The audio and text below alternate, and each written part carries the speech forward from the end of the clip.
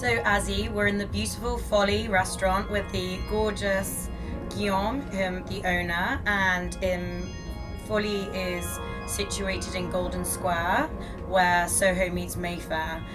So, tell me, how did you meet? Well, so when I had this idea of creating this restaurant, I asked for me the best designer of the moment to do it, uh, Studio KO, and I really wanted to think about all the details of this restaurant, including the scent. And then I asked Carl and Olivier if they knew anyone to design a scent for Folie, because I really wanted a very particular scent that you only smell in this place. And they said, "Well, you must meet our great friend Azzi. She did amazing works for other hotels and restaurants, and that's how we met." And we had our first meeting. We connected very quickly. I went to Azzi's place, in a room where all the perfumes are. It was quite magical for me because it was something that I never did. I always loved smells, but I never fragrances. But I never understood how it worked, and then that's how we met. Yeah, no, exactly.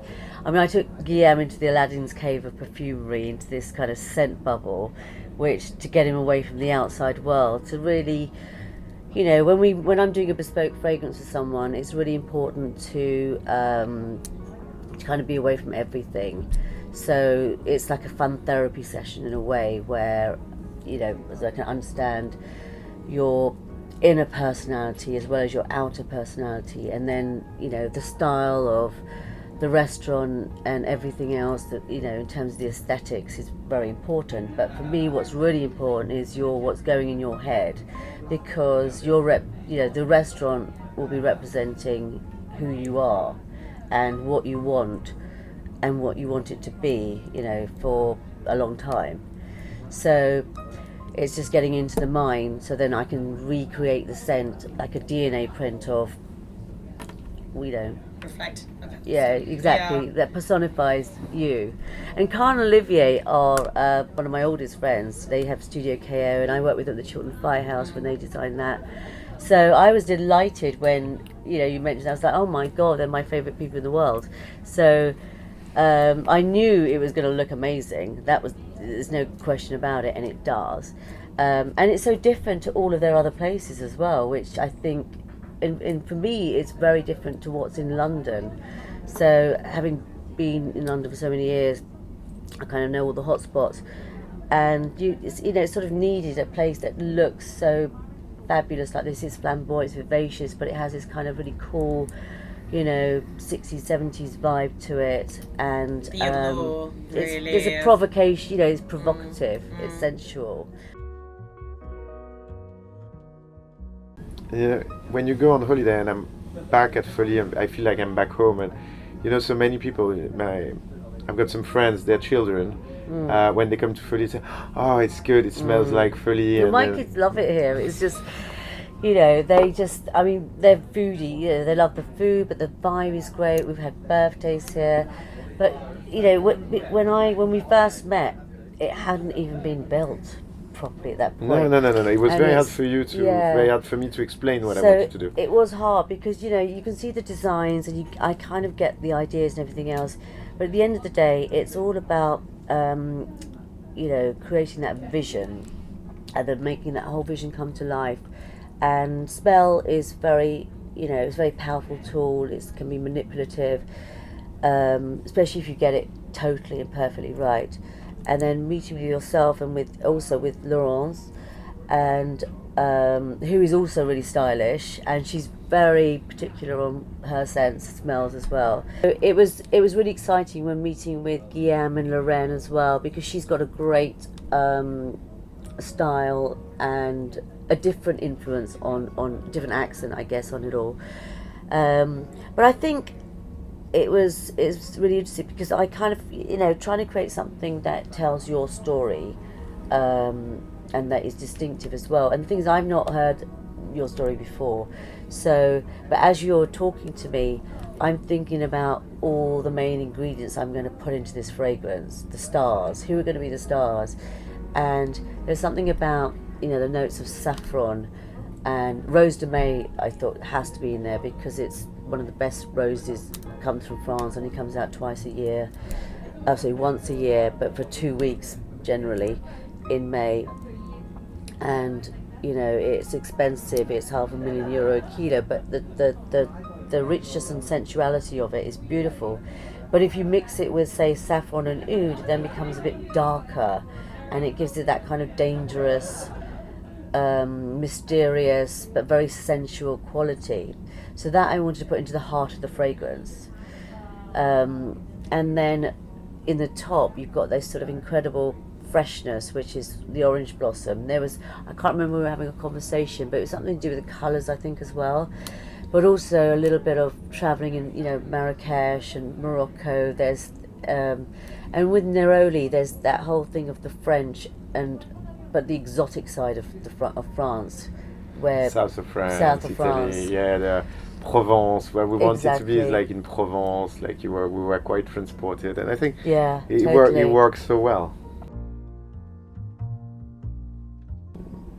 No, I think we're so attached now, all of us. Even the staff has asked me. One of the staff has asked me, to have it, to wear it. So it was so special for me. So I just wanted to tell you about it. So yeah. Was it a guy or a female? A guy. Oh, interesting. It was very unisex as well, isn't it? Yeah, it's very unisex. I mean, because it's deep and strong, and then you have the lightness at the end. And that's what I feel. But and I'm so glad that you put it into your soaps, because I love going to the bathrooms and washing my hands, and then you come out and think, I feel kind of comforted again. Of course, you sort of feel that you're, at home. It's key to have it in the soap for me. Yeah.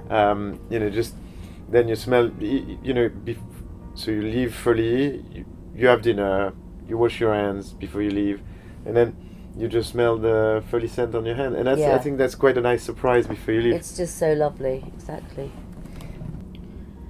I have to say, meeting you, one of the best things was for me it's really important to feel the energy of the person, and like immediately it was, you could see the journey of where we started, and when we met up a few times, talking about first the story of Folie, the story of the Folie that hadn't even begun, and then watching the journey as we went through it as well, finding the different ingredients to go into the perfume that will cover the different parts of the story your story that we're telling here. But it's and the thing is, it's like when it's done, it's a story that you kind of put to bed in a way, but it's always alive, because then you share that with all these other people that enjoy the scent, they enjoy your journey together, and it's a wonderful thing to see, because that was something that I had no idea that it was going to be so brilliant.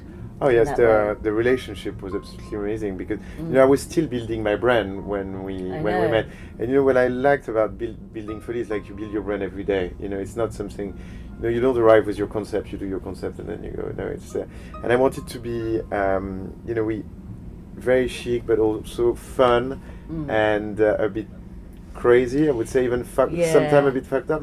I think